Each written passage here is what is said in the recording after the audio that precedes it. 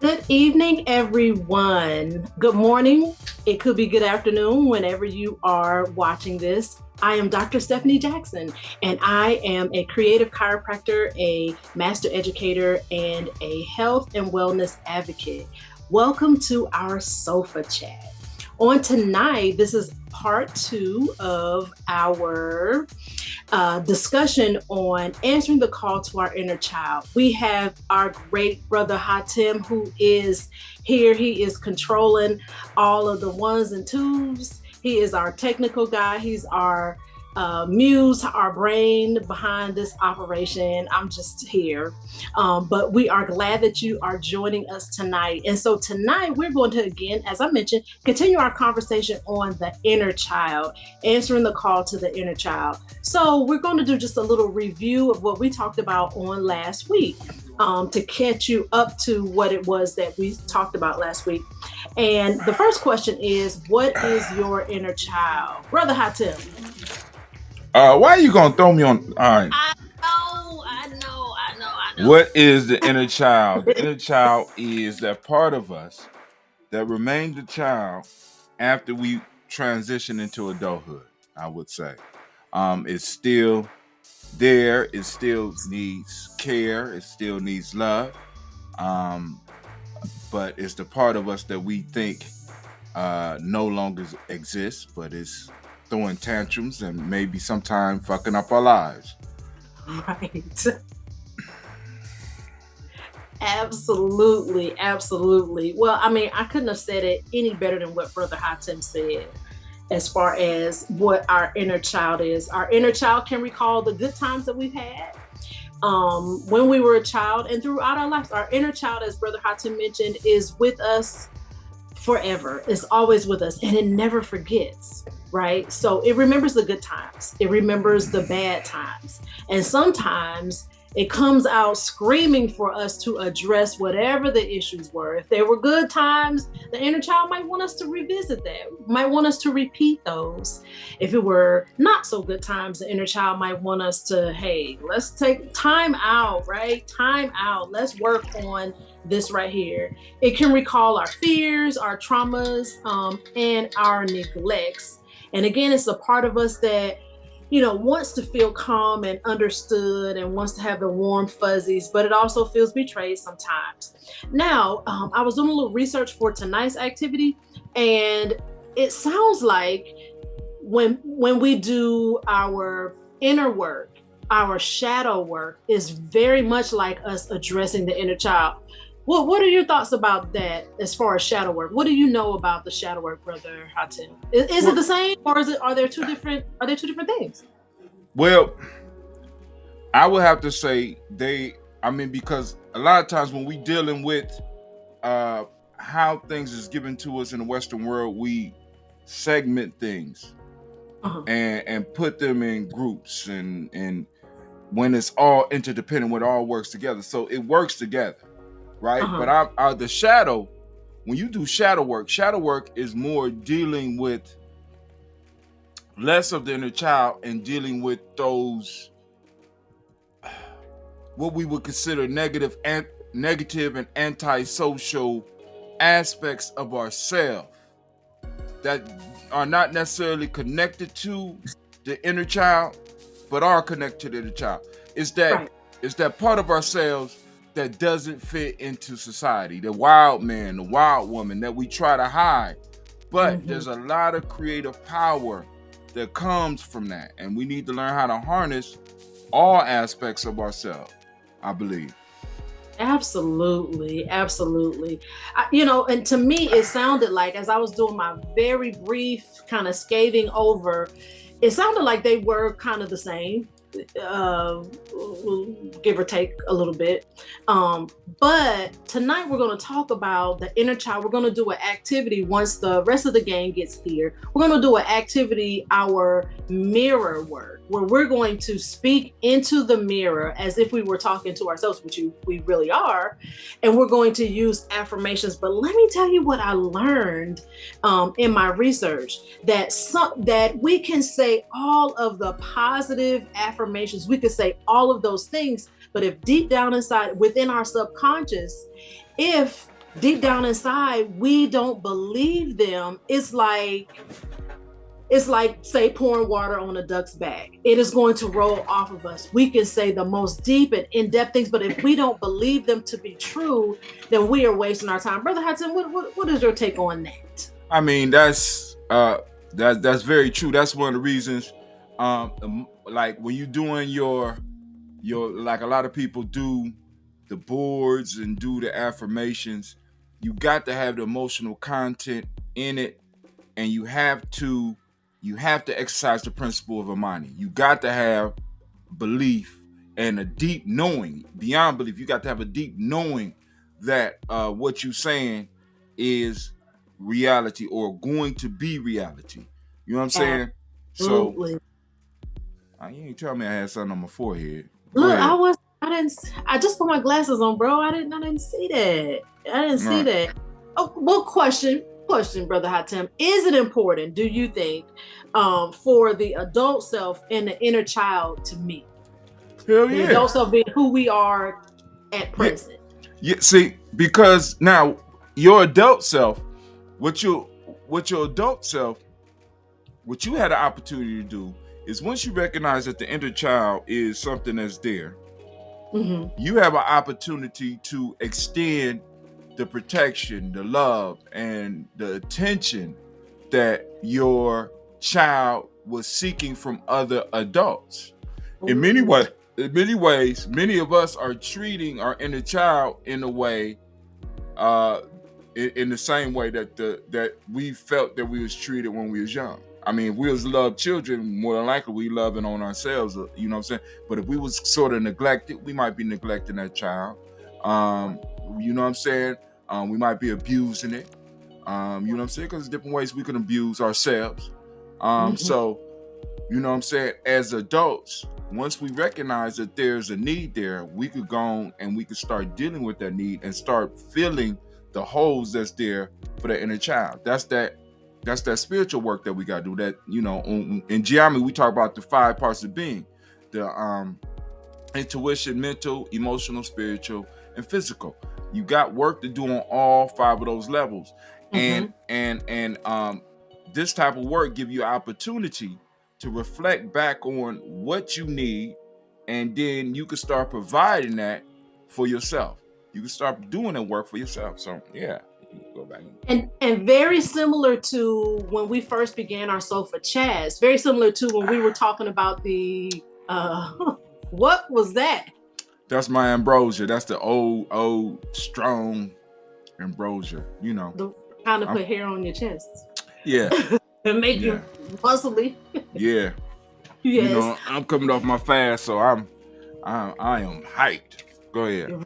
Right. So, but to be when we first began doing our sofa chats, you remember we were talking about the wheel of life and how there were several aspects of it, not as deep or in depth as the 5 principles that you were just speaking of, but it was the aspects of our life, our daily life. So it was the social piece, it was the emotional piece, it was the financial piece, it was the spiritual piece, it was the sexual piece, it was family, it was finances, it was all of those pieces.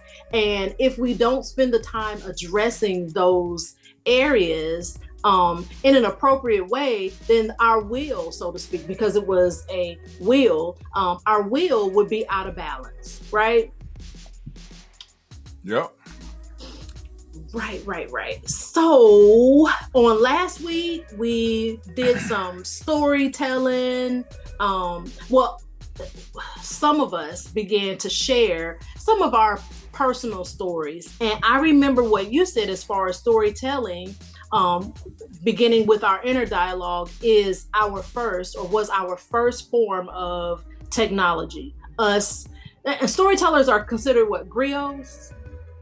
Yeah, Did I say that? that's the French word for them. Okay. You know what I'm saying? So I mean the best way we could describe them is possibly storytellers. You know what I'm saying? Griots, jollies, um, but in each family, and we each of us have to be our own storyteller. You know what I'm saying? But for the village and the tribe, there was one person, but we all have stories. to tell. You know what I'm saying? And it's a very valuable skill.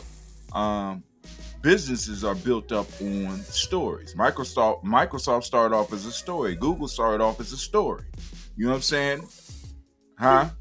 How so? Like, all right, I think about, all right, let's say Google. What was the idea behind Google was to become the place where all of human information was stored. That's a story.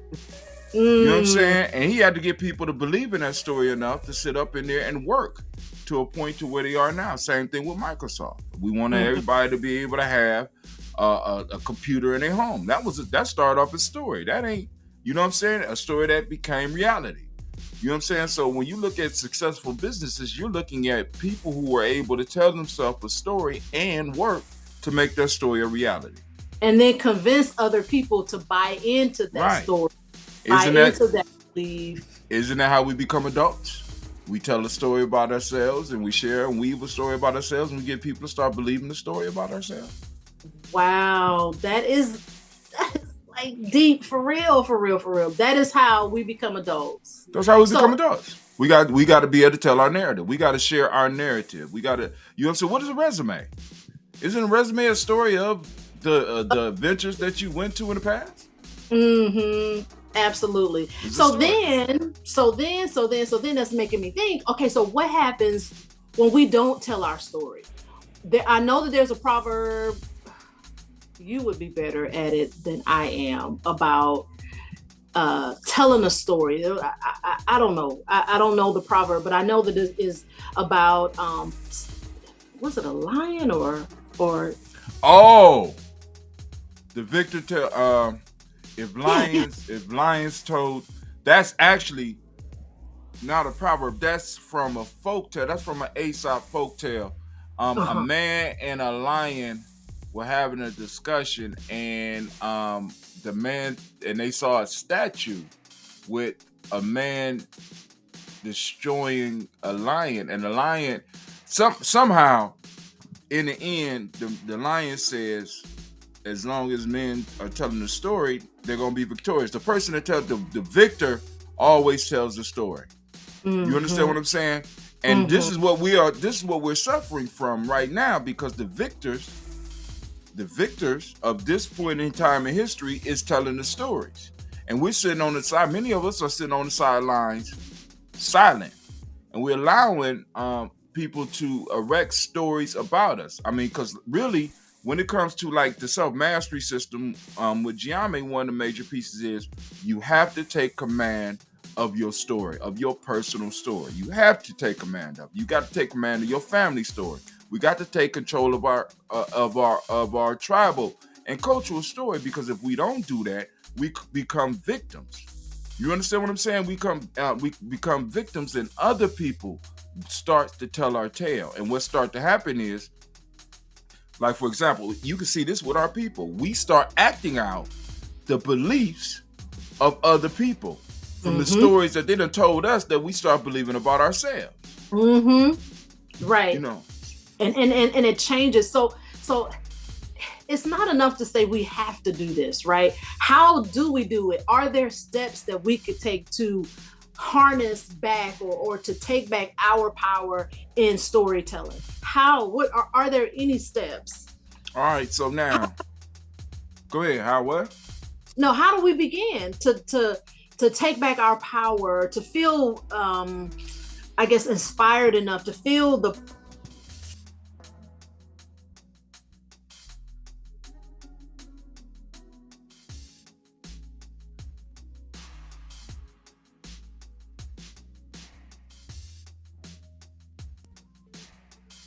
I'm back. I think we froze. I was gonna say, it looked like we froze for a split.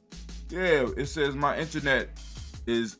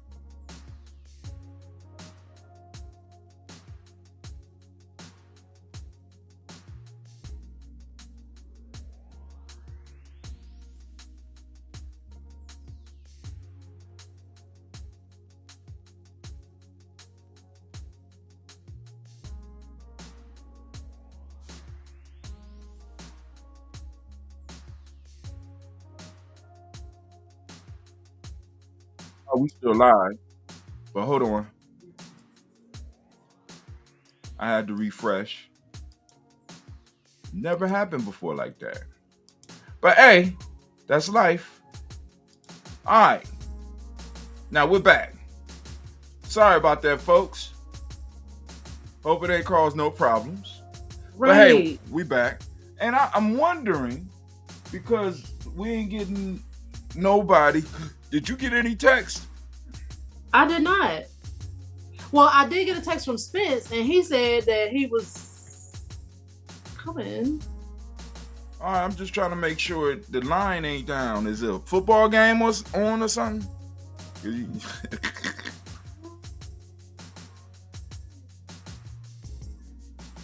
It says, what's cooking? No sound. Ashe. Facebook. What's cooking? No sound. Ashe. That was 1918. What time is it? Yeah, now we back. Can y'all let me type it in. Can you hear now? Make sure, because we got people out there.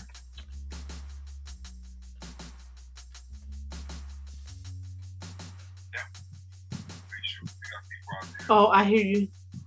Okay, cool. All right, we got 4 people online. All right, fam. Y'all can come on in. Now let me I'm gonna throw up the picture for a second, the overlay for a second, Miss Dr. Jack, so that we can make sure we get some other people in. Anybody that want to join us, here you go right here. Wow. Come in. We got meeting ID on Zoom is 878-7266-8482. Passcode SofaChat23. Come on in and join the conversation. Let's get this thing popping off the way it should be. All right, because this is a very important piece. We're talking about healing that inner child and other things. Absolutely. Absolutely. So I think where we left off, before we had a few little technical difficulties, where we left off was you emphasized how important it is for us to tell our story, right? Right. See, and connecting it back to the child piece, right? Connecting it back to the child piece, and then I asked you, because it's not enough to say we gotta do it. Because there are a lot of things that we gotta do, but we need to know the steps. And if they could be simple, like what would be a step for us to feel motivated or feel inspired to tell our story? Like, well, how do we get started? How about moving to thriving rather than just surviving? See, wow. when other people are in control of your story, they will only tell a story in a way that will allow you to survive and not to thrive. People that thrive are telling their story. You know what I'm saying? So if you want to thrive, that should be enough motivation for you to start telling your own story. You know what I'm saying? To start building your narrative and start living it. You know what I'm saying? You understand what I'm saying? So, but I'll leave it at that. I'll stop right there. Well, you don't have to stop. But as you are replenishing yourself with your ambrosia, let's talk about this ambrosia water now. But go ahead. Oh, it's ambrosia water? Yeah. Okay. All right. So we don't have anybody else to tell their story here right now other than you and me. Last week, I opened up and shared a story, and I think you might have shared a little piece of the story last week. Oh, you did it? Well, no better time than the present, brother. I ain't sharing no stories. What? I ain't. Hey. You just y'all. Didn't he just get finished telling us that in order for us to thrive and not just survive, I ain't said how you had to tell it on the internet. You ain't got to post it up. You know what I'm saying? So let's talk about where is it appropriate to tell your story. Now, we can do it like this. We can do it in groups, right? Yeah. But the first place to start is, in a sense, with your little exercise that you got popping off, right? Exactly. You know what I'm saying? In the mirror, right? You know what I'm saying? What is the story of your life? Now, in the GMA, in the Warriors Handbook, I got Miss Kim is here. In the Warrior Handbook. Hey, how you doing? Sorry I was late. I'm good. You right on time. Yeah. Man, it's good to hear your voice, man. And you know what? You know why I ain't recognize you, Miss Kim, when you was on last week? Because you remember, you did a lot of the show from Wazadugu. So yes. I didn't get to see you all the time. Yeah, because the signal was bad. And then when you came over here, you had to hit the ground running. So we ain't, you know what I'm saying? But hey, what I wanted to ask you about before we get further in this, her husband owns a winery. Yes. I want to get some wine here. I want to get some wine here. Okay, I can get that done. Oh, nice. Yeah. Now, Ann is in, if I'm correct, Senegal, right? Yeah, it's in Senegal. Yep. Nice. So, I'm gonna get on with my iPad as well. I'm on my phone now. Okay. How your daughter doing? Is she in the States? Yep. Sue was with me. She was helping me work in the garden. She's good. She's in college. And she's doing real good. Thanks for asking. So back to what Dr. Jacks, I got what I call what's your story sheet. And it's write out your story as it is now. A, the beginning. B, where are you now and how you got here. C, if you stay in this story, where will it end? And then we got the story sheet part 2. Write about your story, how you want it to be, the beginning, where you are now and how you got here, and how will the story end. So 1, you're going to write where it is and how you feel about it now. And then the second one, you write about where you want it to be. So you don't have to, in a sense, publicize this type of story. You understand what I'm saying? This is a personal work. All right? You know what I'm saying? This requires a lot of personal reflection. And then from that, you can start building or adding to the story that you share with the world. Right? Using the energy from what you call the inner child as well as the shadow to fuel the best you possible. Because once you work through your traumas, you know what I'm saying, it's going to be very few things out there in the outside world that's going to be able to really affect you or impact you. Right. Or right. Yep. You know what I'm saying? Because once you start working through your own trauma, you're going to see that a lot of the stuff that's happening in what we call the adult world or the business world in some form or fashion has already happened to you in your life. And when and really don't even measure up.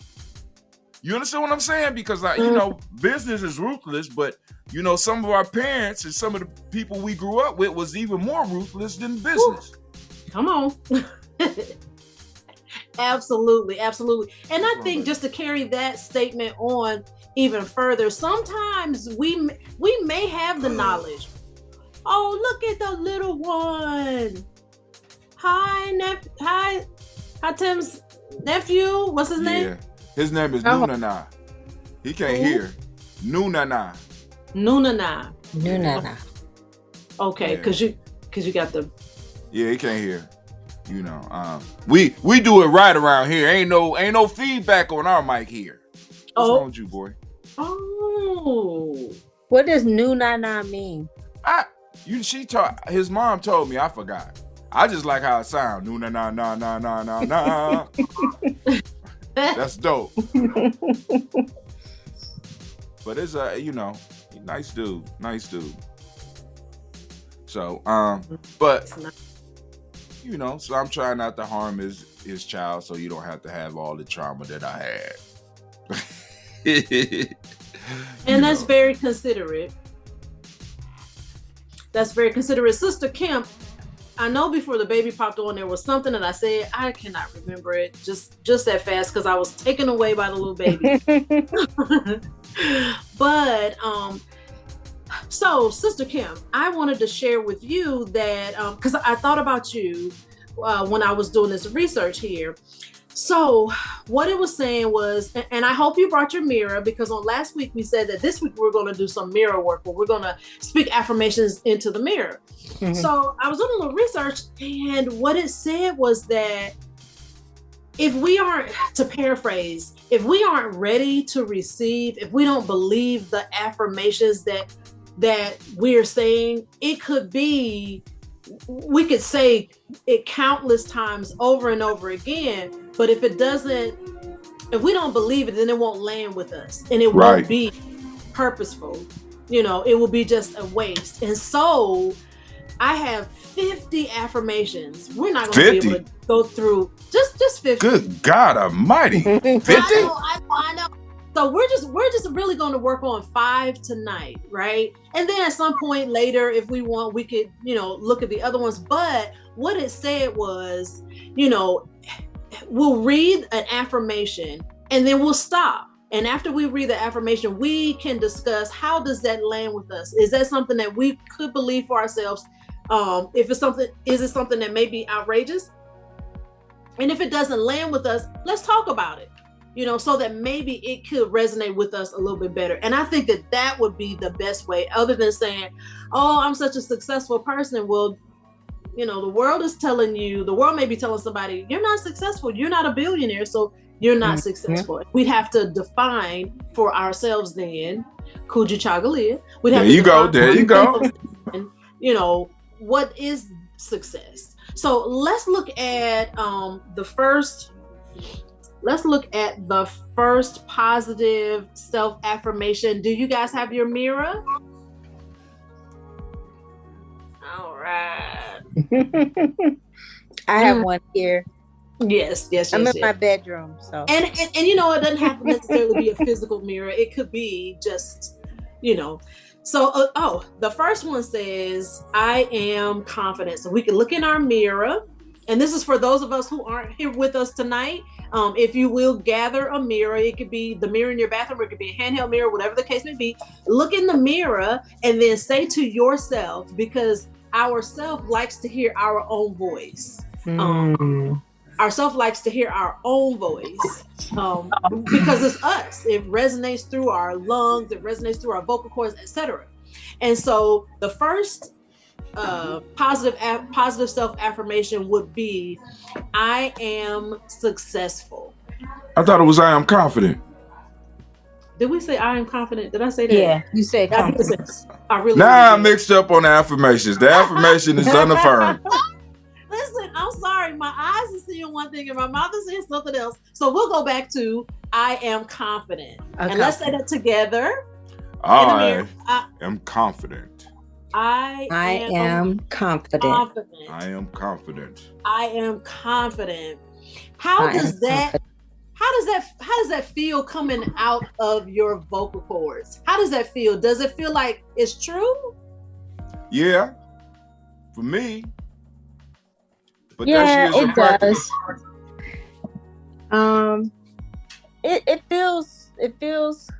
It feels good for me, but I have a short story, if y'all don't mind. Please. We talk about stories. I am confident. My mother encouraged me to do a lot of different things, and there was a open cast call for a musical for the Sound of Music, and it was going to be in Chicago. And my mother was like, I was like, oh, I would love to do it. She was like, you can do it. So I was like, I looked at the different songs from the Sound of Music. I was about 11 or 12. And one of the songs I chose was I Am Confident. And so I practiced that song. We had some furniture that was like I made it into like a little sound studio. It was small, and I just kind of got into it and sang So I sound amazing in that. Yes, yes. But because of just practicing the song over and over again, of course, I didn't make it or anything like that. I don't even think I made it into a semifinals or nothing. But the process of singing that song, I Am Confident, it helped me out so much. And I think that's why she wanted me to do it. She made me feel I could really do it, even though she probably knew I really couldn't sing. But it made me feel like I was confident.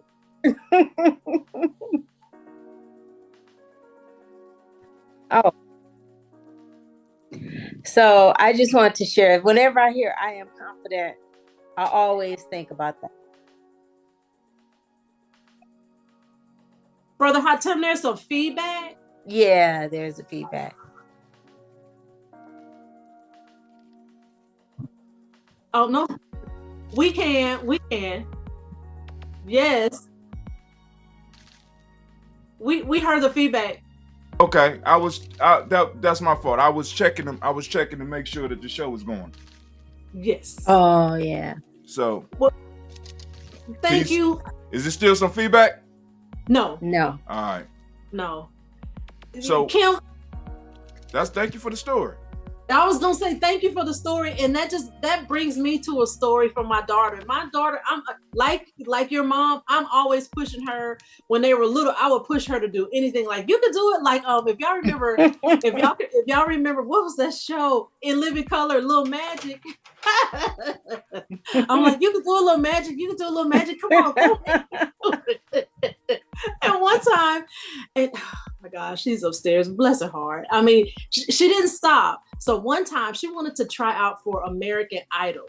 We lived in South Carolina, like the northern part of South Carolina. We drove all the way down to Charleston, and it was a 2-day event. We stood in line one day, and everybody's out here singing and dancing, and they're ready to, And so I can't remember what song she sang, but she tried out for American Idol. She did not make it to the second round. So, I'm here trying to make her feel better. We're outside and she's crying like, I can't believe I didn't make it. I can't believe I didn't make it.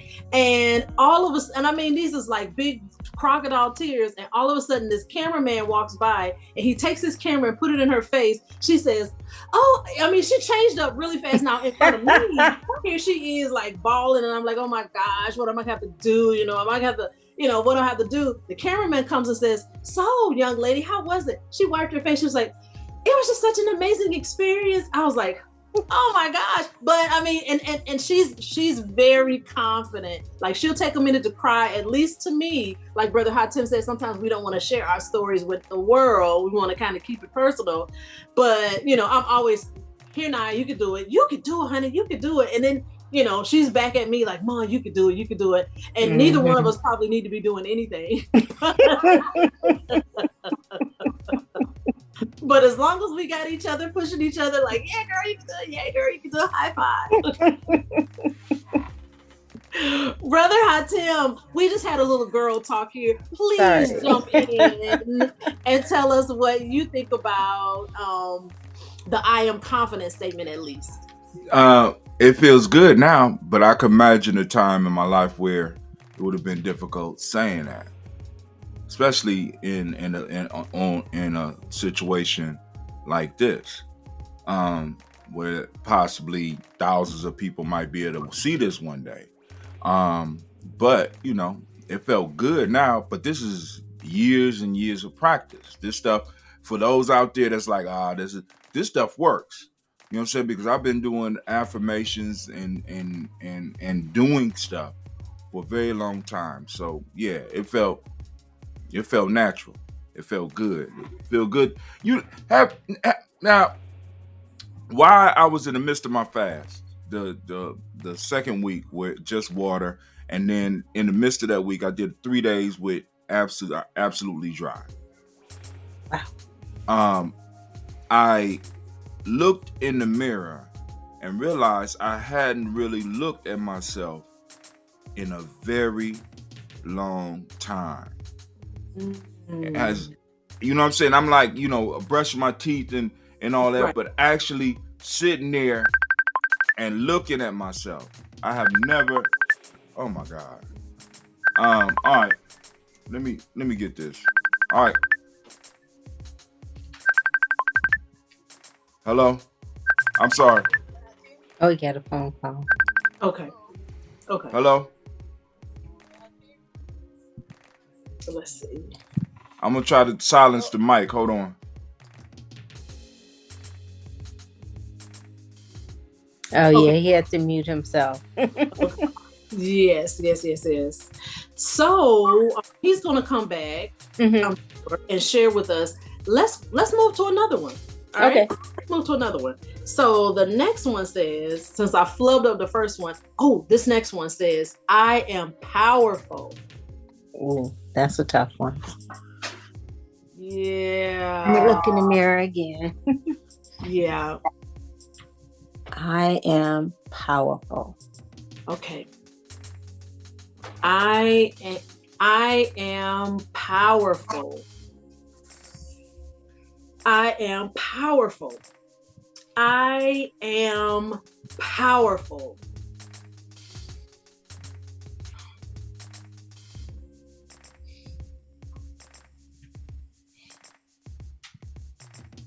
I am powerful. How does that feel? How did it feel for you?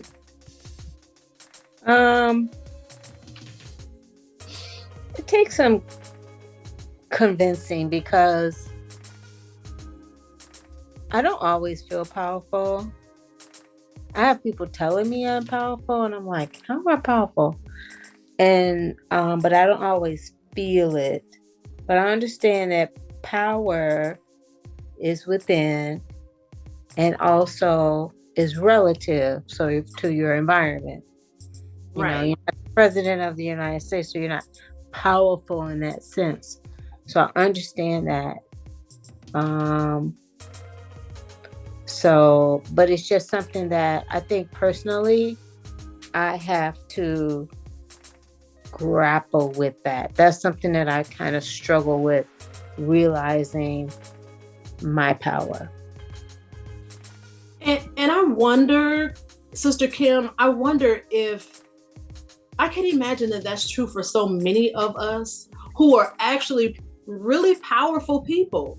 If people were to look at our, on paper, to look at our resume, to look at what we have accomplished, they'd be like, wow, she's everything. But, to us and ourselves, I guess, like you said, is relative. So we're comparing ourselves to, would you say that it is a comparison to someone else, or maybe something? It's like you feel like power needs to be like what we see as power, like Joe Biden type power, or CEO power.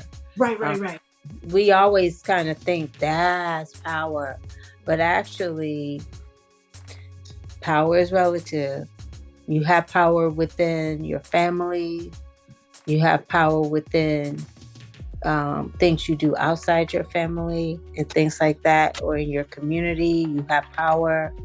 So I do know I have power, but I don't always accept the power. So I've always kind of struggled with that. I know I have. So, since we have you and you have the mic, what if anything stops you? What stops you from accepting that you have power?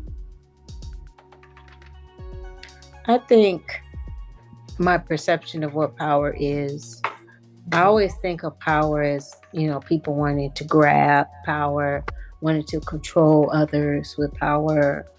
And I'm not a controlling type person per se. Maybe some people could say I'm controlling. I don't know. I don't perceive myself as being controlling like that. So I think I have a negative perception of power. I have this dynamic of a negative perception of power, but understanding that there's power out there. So it's like an internal conflict with the whole power thing. That's sort of where I am. I may not be using this term correctly. Have you heard of cognitive dissonance? I have, but I don't understand it. Right. So I may have it all wrong, but my understanding of cognitive dissonance is something that is present that we see, and we are, it may not make sense, but we are trying to make it make sense. And so we're convincing our mind that it does make sense. Maybe we could use some kind of way to rewire our brain and make our brains feel and believe what it is that we say. Because, and this is again just a thought, because if we can believe the negative for whatever reason, then surely we can believe the positive. And maybe what we need to do is say those things that we aren't fully convinced of. Maybe what we need to do is to say those things more.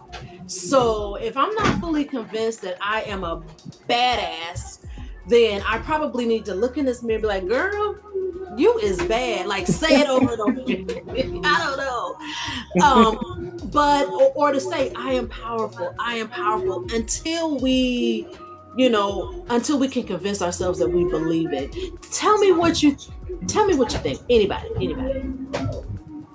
Sister Kim, what are your thoughts?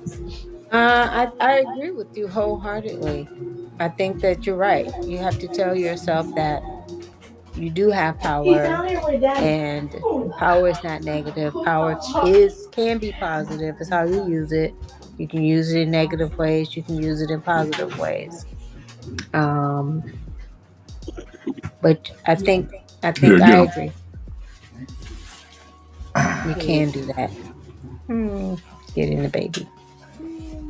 But yeah, I'm gonna try that. I mean, because nothing beats a failure but a try. That's the old phrase that I heard. Nothing beats failure but a try. So at least we could try it and then see how that works. Brother Hatem, we're going to go to you. But before we do, we just want to say hello to Mother Margarita. Hi, Mother. Hello. Oh, so you going to click on us? She clicked on us. She said she's probably trying to figure it out. And she hit the wrong thing. She said Ashe. and then we have Dr. Karen say, hey, Doc. Hi, hello. How is everyone? We are glad to have you. Thank you again. Sorry, my show was today, and then we did it out at the museum because it's Derby weekend. So I saw the pictures. Yeah. We're glad that you made it. We have Brother Spence. Brother Spence, hey. Hey, what's going on? Good people, how y'all doing? Hey. So to catch you all up to speed, Brother Hatem is gonna no, he's not. Okay. All right. Okay, but I'm always throwing him like Brother Hatem right in the middle, right in mid swallow. I'm like, Brother Hatem said he's gonna do. He's like, wait a minute, let me swallow first. But on last week, for those of us who were here, we said that we were going to do a mirror talk activity. So hopefully you all have your mirrors. We have started already. I have done some research because I thought it would be just simple to grab a mirror and be like, you are nice. Fantastic. You are nice or you are fantastic. But what the research shows is that it doesn't matter how many times we say these positive affirmations, if we don't believe them some kind of way within us, then we're just saying it over and over again. And so the next thing that I thought of that we could do is, instead of reading this list of 50 affirmations and just going through the list, we could start with just 5, and we could recite these affirmations in the mirror, but stop at the affirmation. We say one, we stop at it, and we talk about it and see how it lands with us, see how it feels for us. Does it make sense, right? And so we've done 2 so far. The first one was I am confident, and the second one was I am powerful. And we just took a little time out to talk about that. Like, how do we feel when those words resonate through our lungs and our vocal cords? There you go. How does that feel, Brother Hatem? Now the I am powerful one. Like I'm with Sister Kim on the double-edged sword of power, because there's a piece there. But I don't mind saying that I am powerful one. Like I said, once again. But this is years and years of practice, because I can remember a time where I would have been very uncomfortable looking at myself, declaring my power. I was tamed and taught to a certain level that power was negative and I should never aspire to it. As a matter of fact, here's a story. I wasn't going to share. I went to a little church called the Beulah Baptist Church in Akron, Ohio. And all churches, I ain't going to say all churches, but they used to have, back in the day, I don't know if they still have them, they had special chairs for the pastor, and it was always 3 big chairs. You had the big one in the middle that was taller, and you had the 2 smaller ones. So we was at choir practice one day, and I went and I sat in the pastor's chair. What? Oh, no, he didn't. Oh, Yeah, hey. But hey, I don't know, he didn't. Hey, he did. I'm the, listen, I didn't get in trouble. I sat in the pastor's chair, and it felt good. Ooh. And I asked the pastor's wife, because she was sitting there, I said, is it a sin to want to run the world? A power question. And she said, yes, I think it would be a sin to want to run the world. And I thought in my mind, I said, well, damn, I guess I'm going to be a sinner the rest of my life, because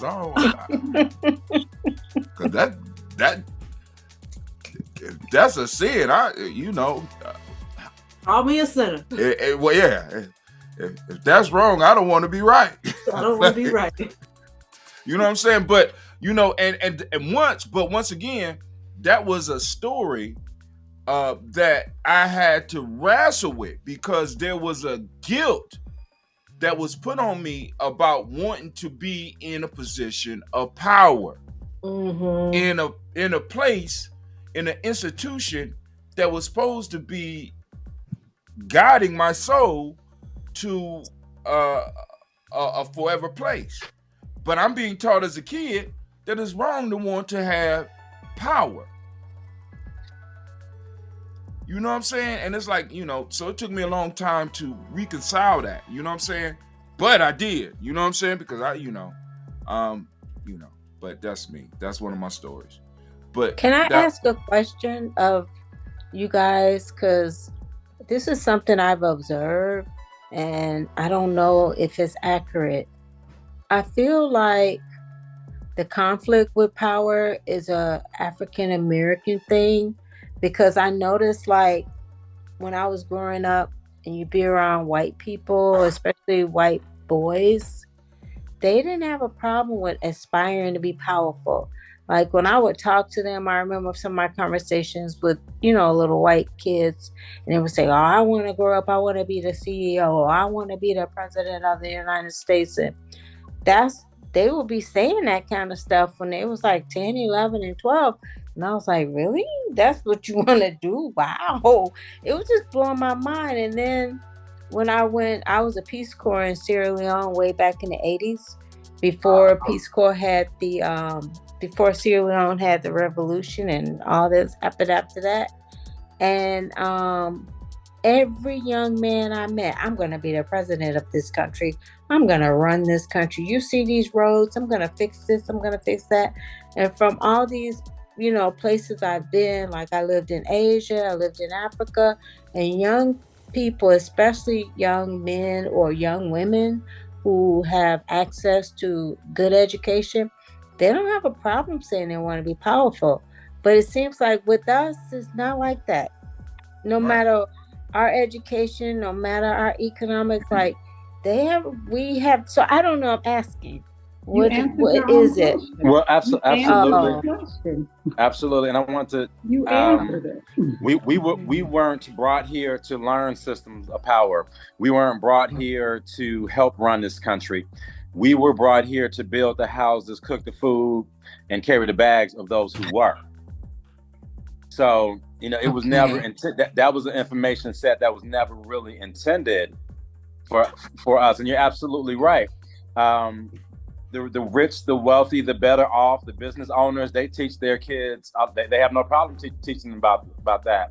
From my experience, to answer the question, I grew up in a crack neighborhood that had gangs in it, and that was my first kind of understanding of the concept. Okay, these guys right here could do stuff, but this one person over here calling the shots could tell them what to do. That's kind of what I saw in action around me. Even when I was getting jumped by the gangs because I wouldn't jump in. That's actually one of the ways I learned how to fight, was fighting them off.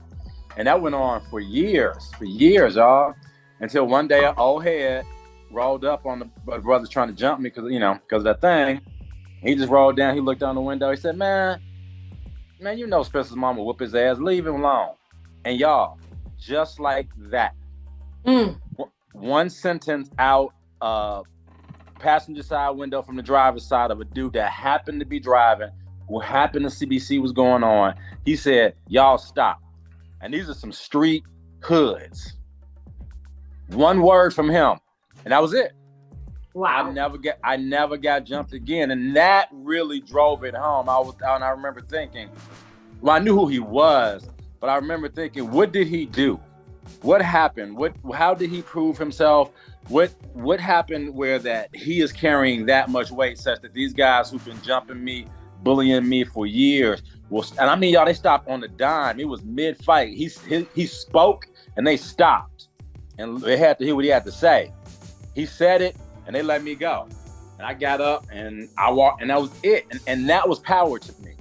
Mm-hmm. I was like, wow, he didn't raise his voice. He didn't come snatch anybody up. He just kind of gave him hey, y'all stop that, and that was it. So that was my first concept of power. And my understanding of it was someone who can make things happen or not, per their discretion. Then he didn't have to ask nobody. He didn't have to call nobody. He said it. And that was it. And I've seen something similar play out with men and women throughout the military, throughout business and stuff like that. So that, a lot of people who run their mouth, but they don't really have any decision-making power. It's who can actually make the decision and then something happens. Who can say something and people will stop to hear what they have to say. That's my add-in. Well, and that's okay. So Brother Spence and Dr. K, I would like to find out if you both have mirrors, or it could be something imaginary. It could be your phone or whatever. It could be your phone. Yeah, the phone is the new mirror. Phone, because it's a reflection. If you will, because we can revisit that statement again, and how does it sound coming from you? Now, just before we do that, while you guys are gathering your mirrors or your phones or whatever, Sister Kim asked the question. She said, about power. Is it, how does it land with us as African Americans as opposed to other people or whatever? How many of you have this book or have seen this book here? Oh yeah, Sister Kim, do you have this book? No, I never. Have you heard of it? Mm-mm. Oh yeah. It's called The 48 Laws of Power, and I think Brother Hatem told me about this years ago. The author is Robert Greene. He's written this other book here. He has like 5 or 6 Art of books Seduction. What the hell you got going on over here, Dr. Jax? What's going on? It is an art, Hatem. It's an art, man, and you have to work on your artistry for life. I'm just saying. I didn't know. I did not know. Well, damn. Okay, so that's you got the other book.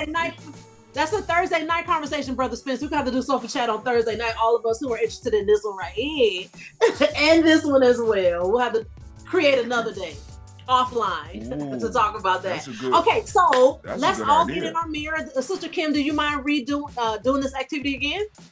Oh, sure. Okay, the same statement. It may land different with you this time, right after our discussion. All right, so if you will gather yourself in front of the mirror, and then after this, Dr. K, I want you to tell us what you think. Okay, so if you gather yourself in front of the mirror and you look real pretty, sit up nice and straight, posture all.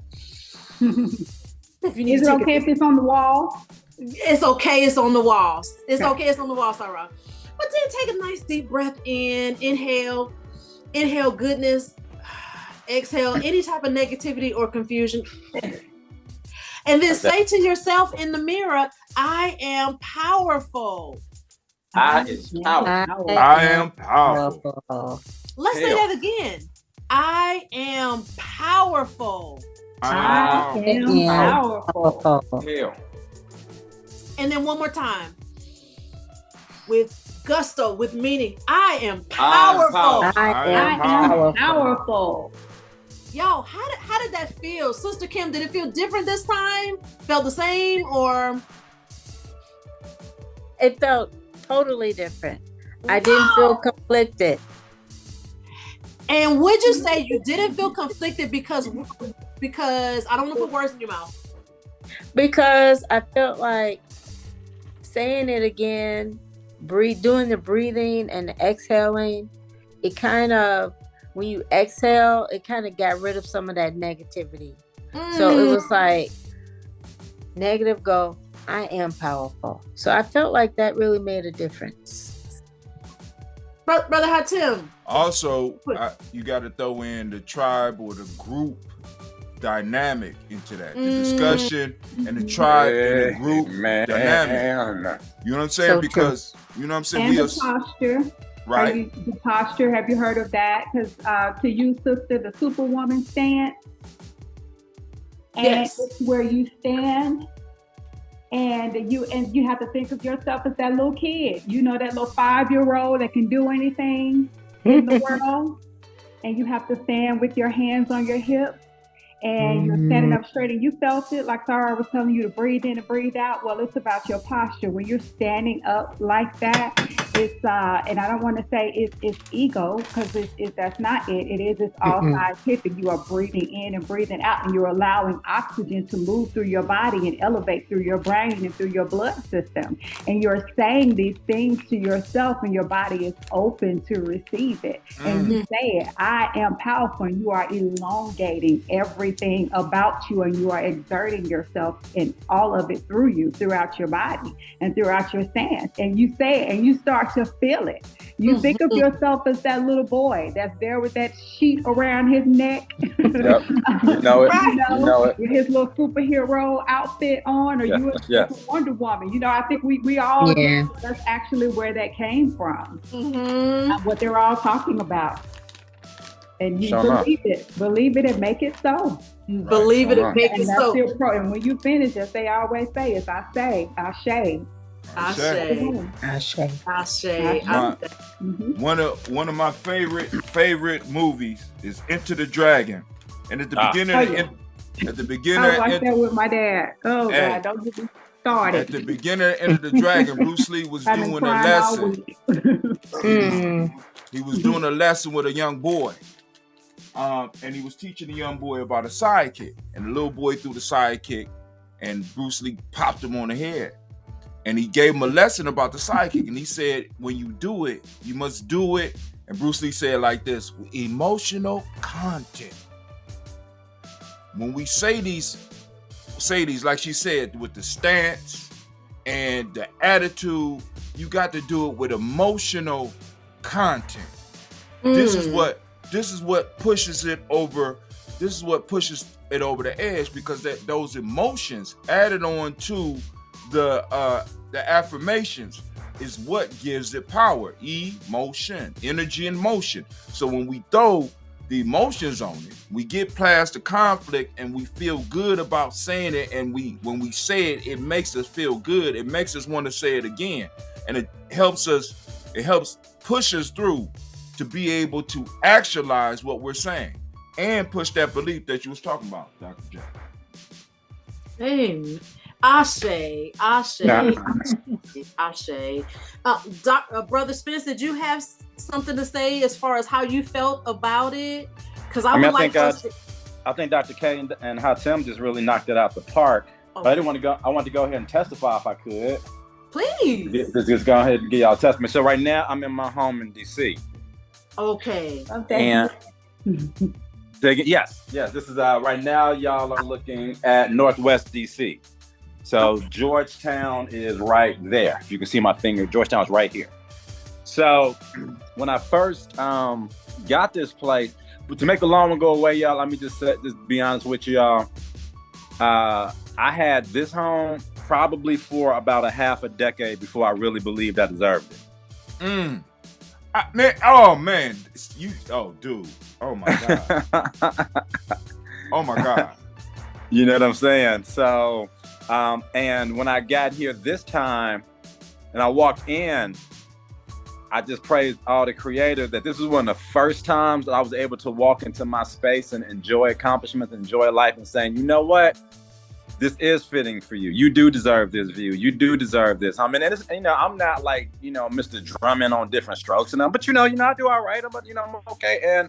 But it took me a while to just really be okay with the niceness. And a lot of that, love my mom, but she was a teacher and she had a teacher's mentality. She had a teacher salary mentality. You can have like a little bit, but after that, it starts to get too much. After that, you start doing too much. You start putting on air. So I really felt guilty about doing well and about having nice things for a while. So today's sofa chat, and this what we're doing right here is so powerful for me because I just had that moment Friday night when I walked in here. I was like, whoa, this is the first time you walked into this place and felt like you deserved it, like you belong here, like you're supposed to be the person here. So I just wanted to share that with y'all because y'all are such a special group. That is so powerful. Thank you. Dr. K. Yes, ma'am.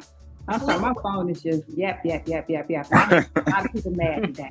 It was show. I don't know if you posted it, but I made you done lit the fire, Doc. I talked about the Jordan Neely thing, and I put on there, what if Jordan Neely was a white woman?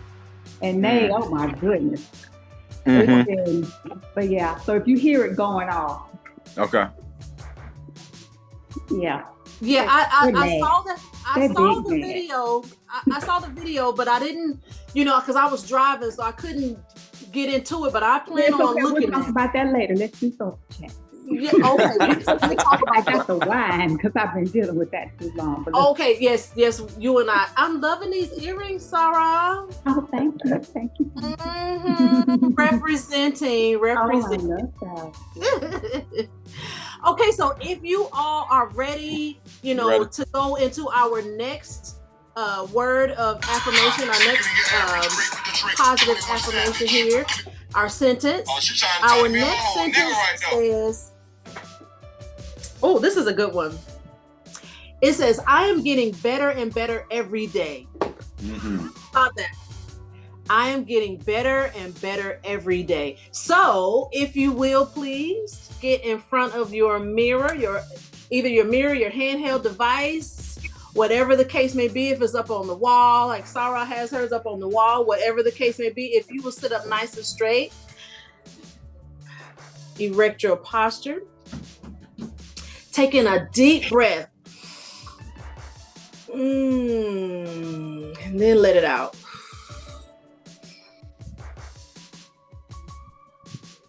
And then look in the mirror and let's say this together. I am getting better and better.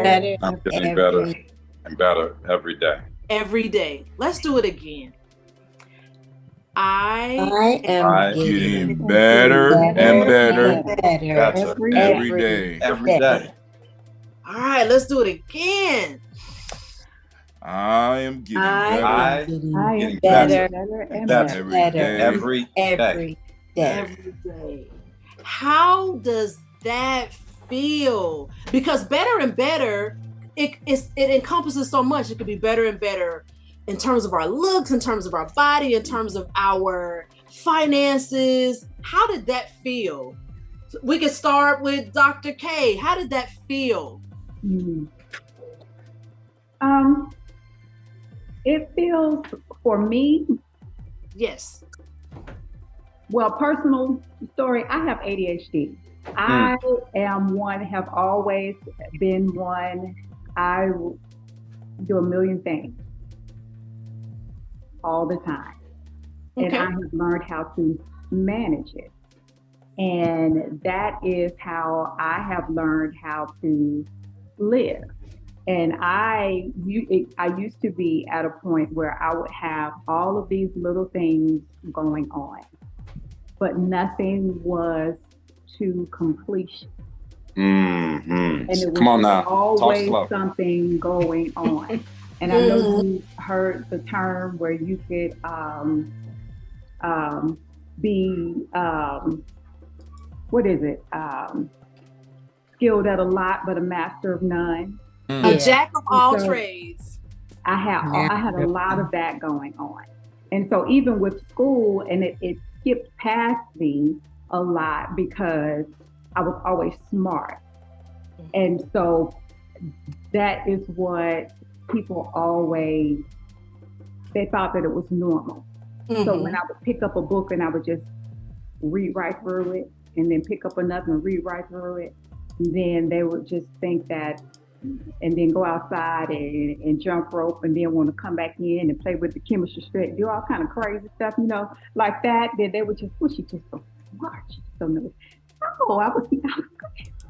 No, let me say that, because that's not, I know those I was just being funny, trying to lighten the mood. But I was all over the place.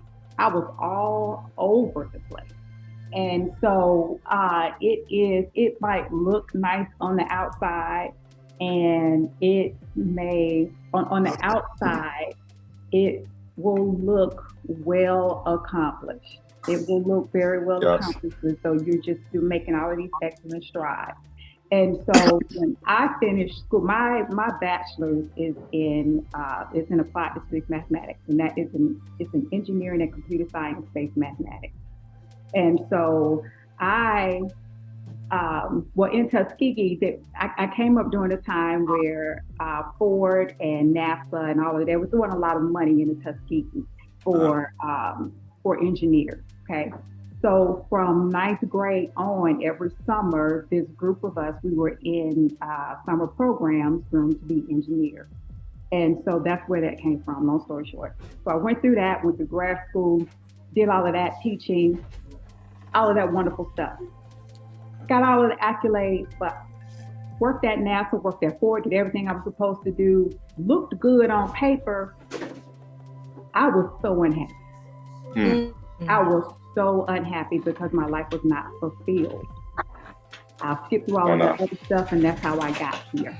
Once I got my life managed, and I got better at managing what was going on with me, and starting to, what made me feel better was closing out things and managing my life, and getting better at what made me happy, and got better at managing the chaos and managing the quiet.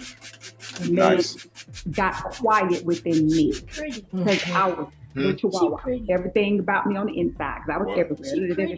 And I do now. I still have a lot going on, but it's maintained now. It's different. It's not chaotic. Because it's always going to be there. I always have to have a lot of things going on. I don't have so much going on, and it's managed now, and I know how to close things out and either expand on what I already have, or I will add to it, or close that out and move to something else. I know how to manage, but more than that, I have peace. So I learned how to get better at being me. I learned how to be, Dot, you looking good at being good on paper, or what people thought that I should look like. Dot, I think you hit it with when you talking about when you were a youngin' and your chemistry set, messing around and poking around, young scientist style. Anyone who's taken physics or chemistry and paid a little bit of attention knows that, stop it. When I worked with kids and people would be like, oh, I don't want to check my kid because I don't want to kill their joy. I don't want to clip their wings. I don't want to kill their power. And I would tell people all the time in chemistry and physics, uncontrolled power is called an explosion. Ooh. It is. Wow. It's a bomb. It's an I'm eruption. writing it down. It's right. Uncontrolled power is an explosion. Mhm. So you can go ahead and keep fueling this power if you want to, but understand that when this thing goes supernova, this was by design. This wasn't like some divine thing that we didn't see coming here. So I think the scientist in you kind of helped you bring the scientific method back to your balance. But that was a really inspiring story as I head to med school. So thank you so much for sharing that. And I just wanted to say, Dr. Care say, Spence is going to medical school, so I'm sure he will be chewing your ear off, Brother Spence, to get some ideas and some support and some, resources, because I think this is a great space. Brother Spence, did you have something else to add about the affirmation of I am getting better and better every day? Yes. That works. It saved me, and that touches my soul on so many levels as a student. It just kind of relaxes and takes the judgment off. What studying I didn't get done yesterday, that used to be like a whole 5 or 10 minute ass kicking fest in my head. Mm-hmm. As opposed to now I'm like, okay, you can't do a daggone thing about that. What we're gonna do today? Okay, so you didn't hit your 5-hour mark yesterday. Can you get 4.5? Can you get 4 hours, 15 minutes a day? Can you do something? Whatever you did yesterday, can you go 5 minutes past that? So that's always that's a marker for me. And coming into spaces like this where you're reclaiming your power. Sometimes I haven't even hit med school yet, and I'm having imposter syndrome sometimes.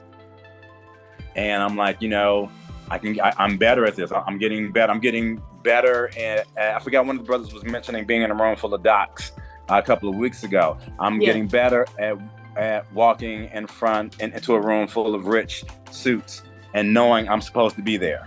Even when they looking at me like, where's your tray? You know what I mean? And then clearly I'm not dressed like I'm supposed to serve there, but I have had that, what are you doing here, between my hair or whatever. I've had that look, and then I would be lying if I said sometimes it didn't affect me.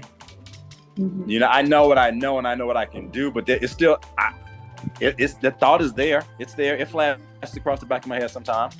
So I'm getting better at being like, no, I belong here. No, I can study more than I did yesterday. I can get better at forgiving myself when I don't and when I fail. Now that real, as a student who is studying and trying to remember a little bit more and more every day, that I can't tell you. This is like probably my most powerful self-chat. Wow. Thank you for that. Thank you for that. Sister Kim, how did it land with you? How did it resonate with you? The better and better, I think that it's something that I've encountered as so many times in my life. Like when I was growing up, my mother would say, for us as African Americans, every generation we should do better. She instilled that in me. So I felt like, okay, I gotta do better than she did. I was like, okay, what is better? So she always instilled that in me. And then when I had my kids, my oldest, she played tennis. And I remember one of her tennis coaches saying, she's at the point where every time she steps on the court, she gets better. And so I was like, okay, so it's not like, she's not a great player, but every time she steps on the court, she gets better. And then my kids also did Suzuki. Suzuki is like a method of learning music. So they did Suzuki violin and Suzuki flute. And, you work one-on-one with the teacher. And the teachers also say that, every song they get better. And so that whole getting better thing, I just encountered it at various times in my life. And so I think that that's something that, as it relates to my life, I'm comfortable with getting better at something. I don't have to be great as long as I'm getting better.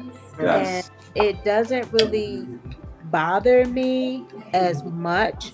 So I like to kind of push myself, like every year I always try to do a project, you know. And so last year my project was cycling.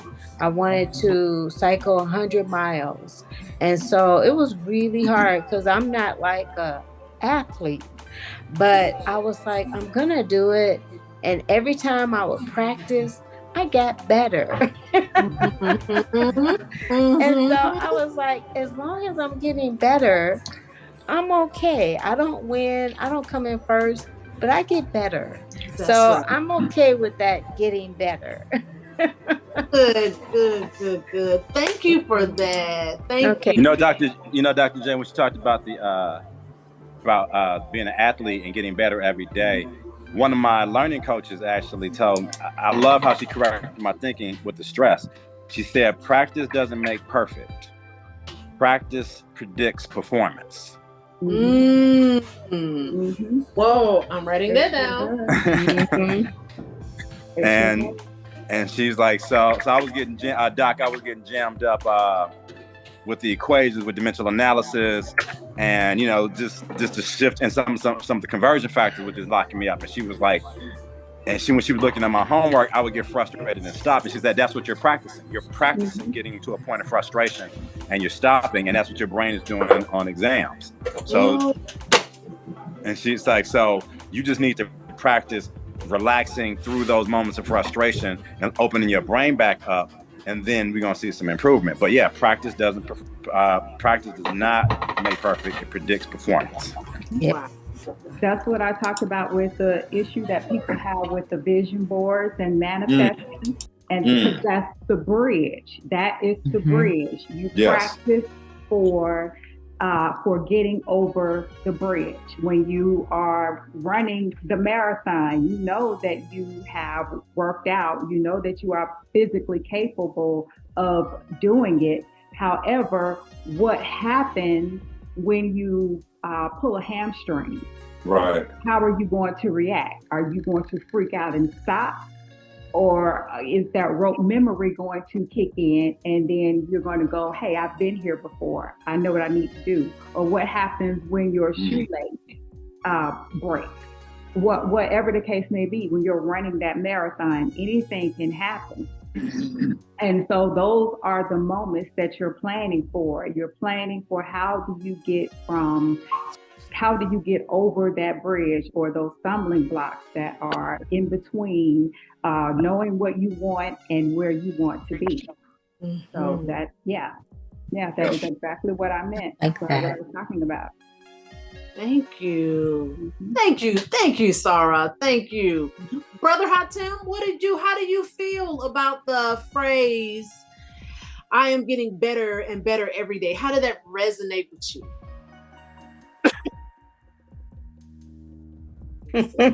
Thumbs up.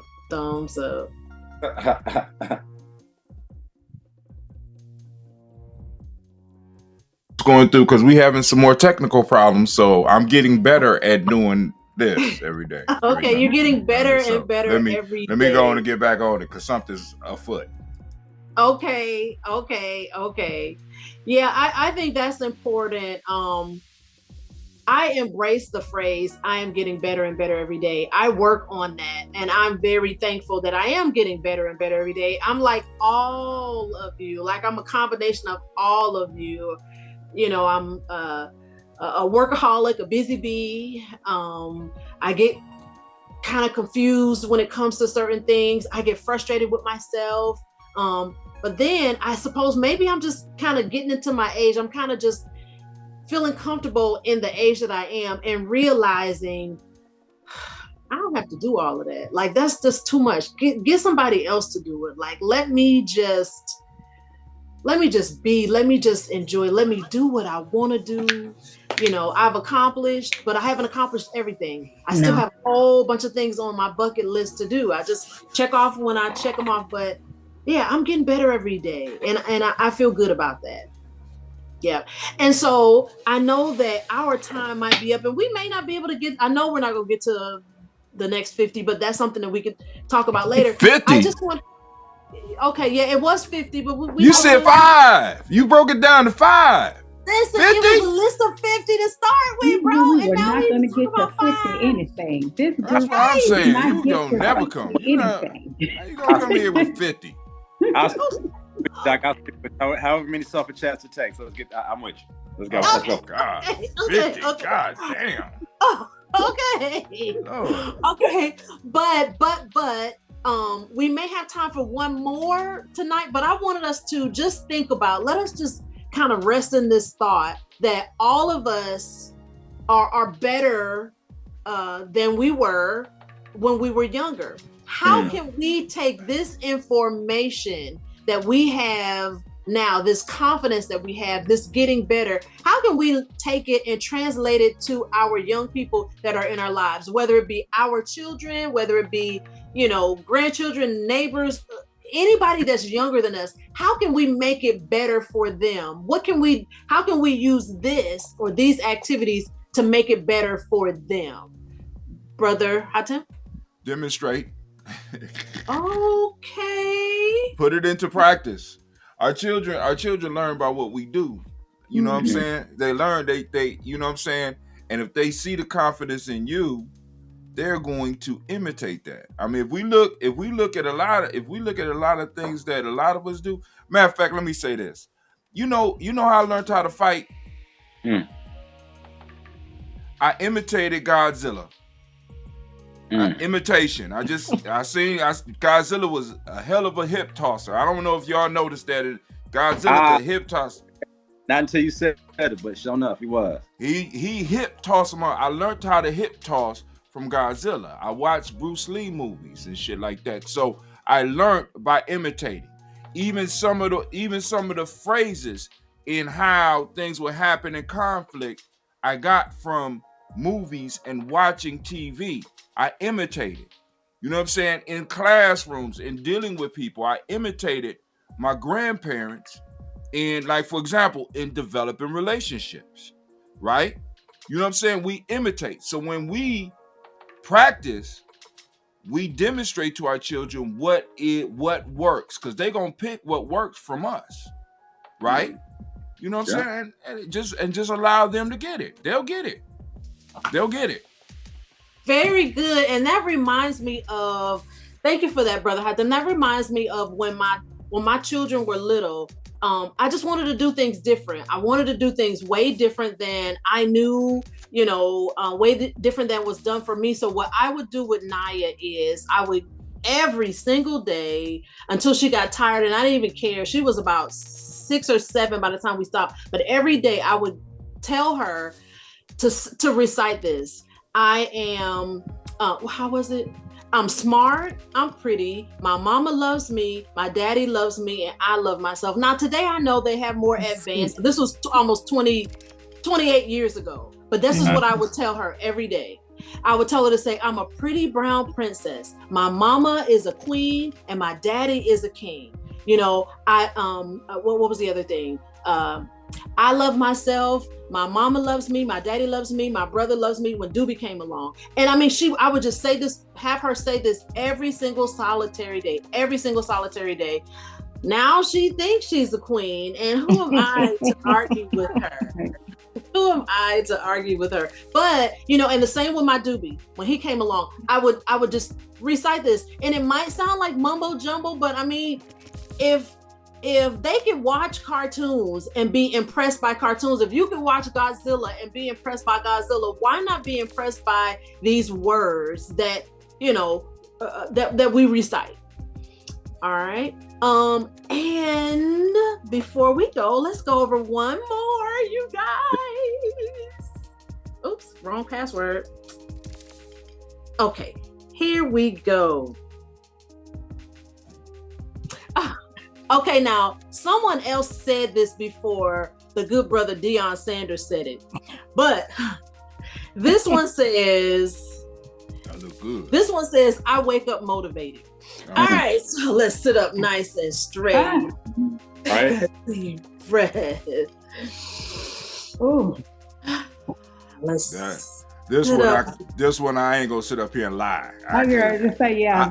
I can't say this one. I ain't gonna wake up. I ain't gonna lie. I work on that one. I do. Yeah, I have to do. Is it a struggle? I have to do the high five.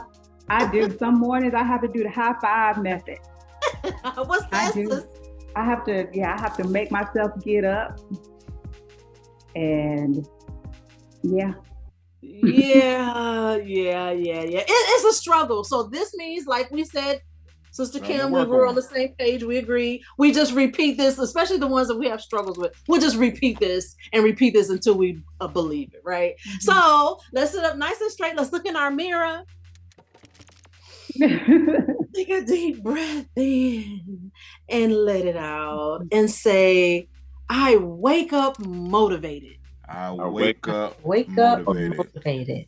Dr. K, I didn't hear you say, I wake up motivated. I wake up motivated. Motivated. I wake up motivated. All right. Brother Spence, is that a tough one for you, or? Nah, that's actually when I felt good to hear you say that, because I'm actually good at that now. Same thing. If you go to bed with that intention, this is a before you go to sleep intention too. Okay. Because a lot of times it's not even the getting up people dread, it's that feeling of sleepiness that people dread. And you can make your mind and it's a feeling, like you can choose to be angry about that. I personally believe, and I've experienced, that you can change your mindset about waking up. And I've done. I used to hate getting up. I used to sleep all the time. My mom thought something was wrong with me. She thought I had Negrolepsy. You know, she's just, no. I used to sleep. Then after a while, I think I tried it one day, and I looked up and I got up and I looked at myself. I said, dude, you look tired. I said, you don't look motivated. You don't look like you would lead like nobody would follow you anywhere right now. And after that, I started getting up.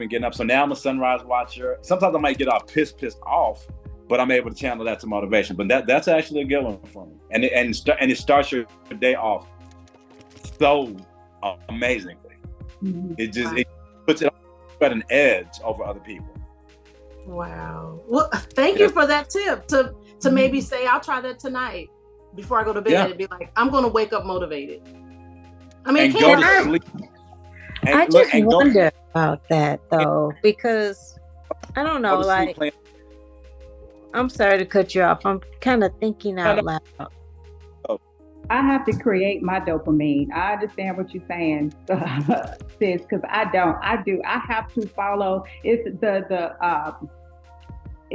high five method. I don't know if any of you follow Mel Robbins. I just love her to death. But for me, especially when I'm on call, or sometimes you just have those days for whatever reason it is. But especially if I'm going or have those really, really hard days, and those extra challenging people that are just draining on the soul. You know, there's a different kind of tired where people just drain your soul, and it's not a physical tired, you know? So I just get up. I don't want to, I just do it. I just have to, there's no snooze, there's nothing. But I know that when I get up and I'm going about my normal routine, because part of my ADHD is I have everything already planned out, and I do the same thing every morning. I know once I get up, because I also don't create spaces of regret. So I go ahead and I do the things that I'm supposed to do, and I do the things that are on my agenda, so I don't have anything to feel bad about later. So I still get up, do what I'm supposed to do, and I know that by the time I finish my yoga or I have my coffee, that my dopamine is kicked in, and I know eventually I'm gonna feel better. So yeah, I might get up and I might be dragging around a little bit, or even my heart may be heavy, but I know that, as you say, that I am going to get better as the day goes on, because I know that after my meditation and after I do those dopamine elevating activities, that it's gonna get better. So no, I don't. My eyes don't pop open and I'm going, yes, I'm motivated.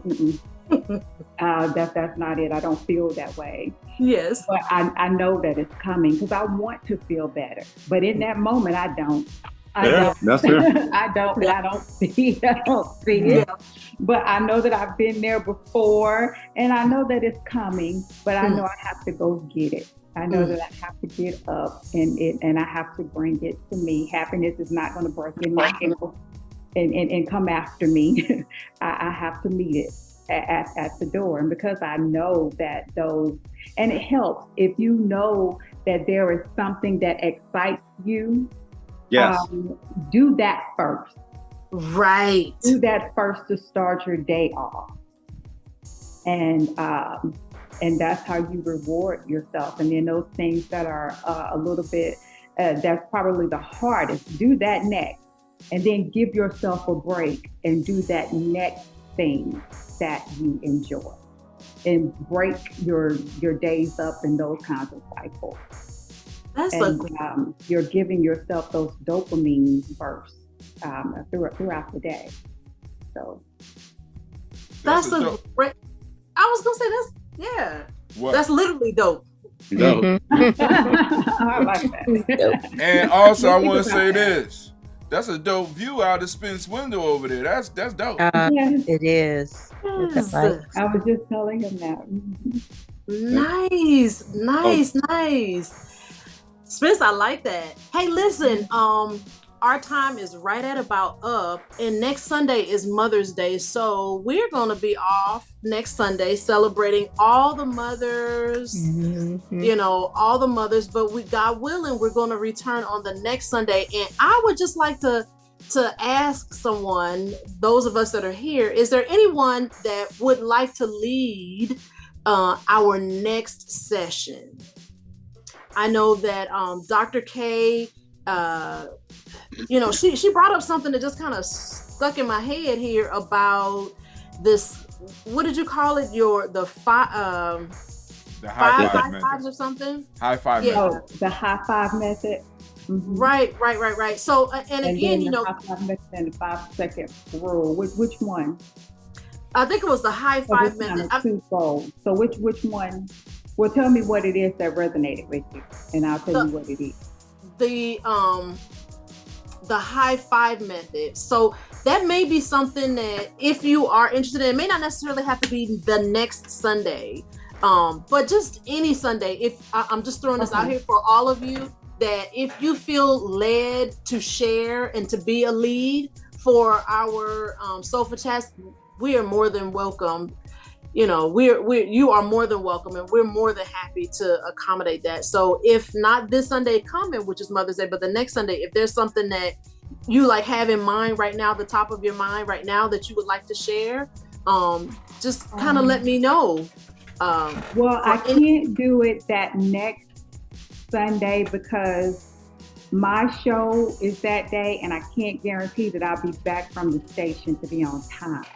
Okay. I will definitely do it on a Sunday where I'm not doing my show because I can be on time. Okay. So just in case I'm at the station, I can't guarantee that I'll be on time if it falls on a Sunday where I do my show. But absolutely, I would definitely do a topic. That would be great. And if you would just let me know so that we could promote it big. Yeah.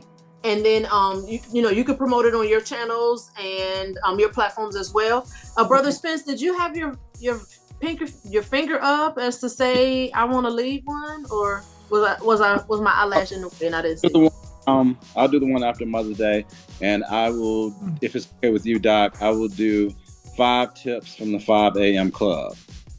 Okay. Ooh. Nice. Oh, okay.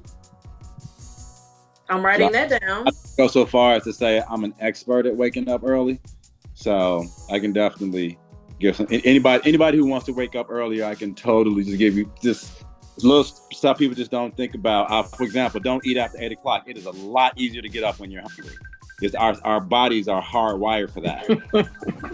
Don't go to bed full. So the emptier your stomach is, the better.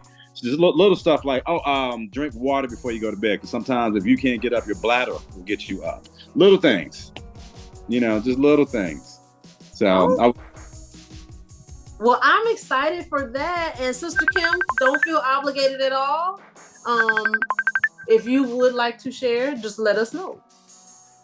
I think I'll have to think about what I could lead. I don't know now. Okay, no worries. Yeah. No worries, because I lean on Brother Hatem. I throw him under the bus every chance I get, right in the middle of his drink. I'm like, Brother Hatem, you was about to say something. He's like, wait a minute, let me swallow.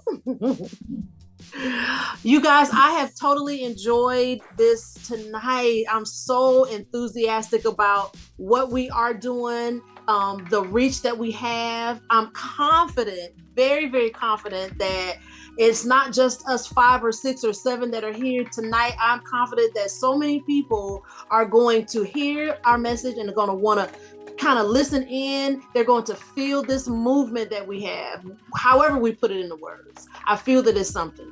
Brother Hatem, will you give us a concluding word? All right. I want to thank everybody for joining us tonight. Make sure that when you come to Sofa Chat, do like Dr. Kara say, make sure you got your little beverage. See Brother Spencer have your beverage. Make sure you're in a comfortable space. And we want to make sure that we want to thank you for joining us. We will be rebroadcasting this on We Say Giame Ujama, but for those that don't speak the language, it'll be Thursday at 7 p.m. If you want to go on and get the link, you go on and share it because it'll be popping up on Giame Journey's Facebook till Dr. Jax get her stuff together. You know what I'm saying? She moving slow now. Hitting people with garbage cans. You know what I'm saying? All right, you guys, I love you all. God willing, we'll see you the next Sunday. Happy Mother's Day to you. Thank you all for joining us, and we'll see you next time. Right. Bye, guys. Happy Mother's Day, ladies. Happy Mother's Day, too. Yeah, be cool.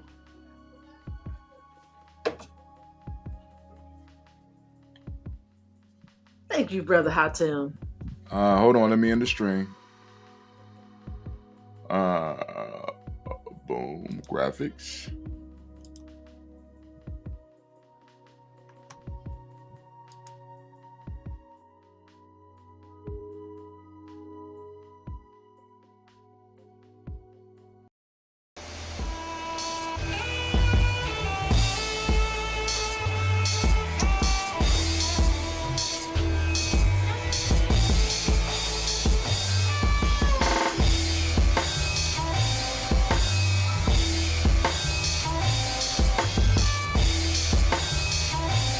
Peace, family. Yo, thank you for joining us.